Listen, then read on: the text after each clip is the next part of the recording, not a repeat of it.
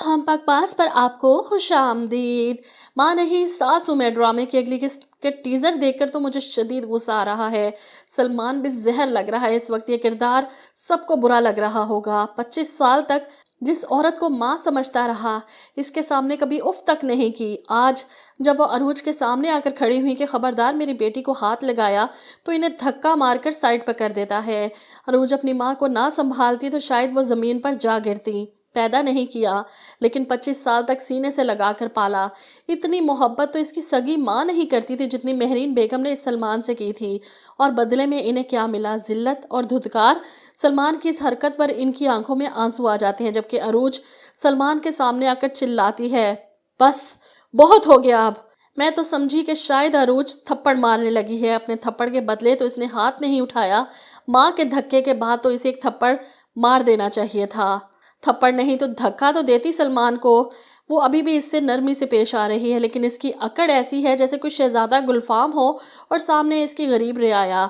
मेहरीन बेगम से तो बर्दाश्त नहीं हुआ ये सब। वो रोते हुए अपने कमरे में चली जाती हैं। सारी ज़िंदगी सर उठाकर इस घर में रही हूँ, अब ये ज़िल्लत बर्दाश्त नहीं कर सकती। हम यहाँ से चले जाएंगे। अरूज अपनी माँ की बात सुनकर हैरान, क्या कह रही हैं आप?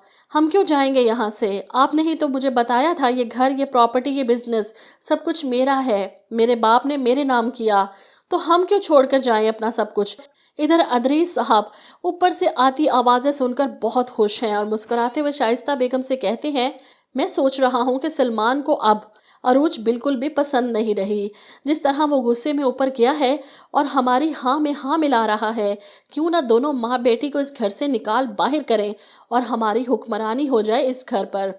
हुक्मरानी तो पहले भी इन दोनों की ही चलती थी। मेहरीन बेचारी तो 25 साल से जहनी मरीज़ा रही और अब भी अपने कमरे से नहीं निकलती। इधर सलमान अरूज पर हाथ उठाने के बाद अपनी माँ को धक्का देने के बाद भी बस नहीं करता।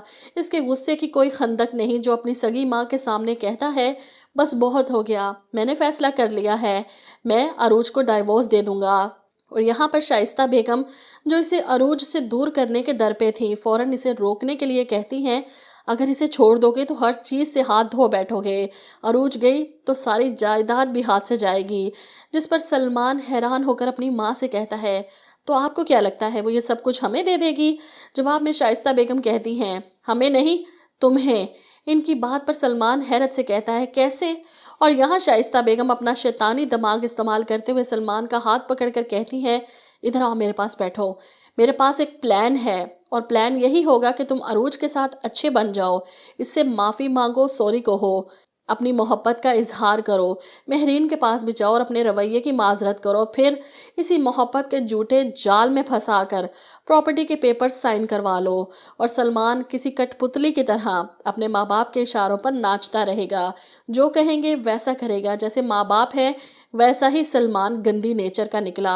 अरूज को भी होश के नाखून लेने चाहिए, बजाय इसके जाल में फंसने के अकल से काम ले। अब सलमान की मोहब्बत तब तक ही थी जब तक अरूज एक गरीब माँ बाप की गरीब बेसहारा बेटी थी, जिसे किसी भी वक्त धक्के देकर घर से निकाल सकता था। जैसे ही इसकी हैसियत बदली, सलमान की झूठी मोहब्बत भी झाग की तरह बैठ गई।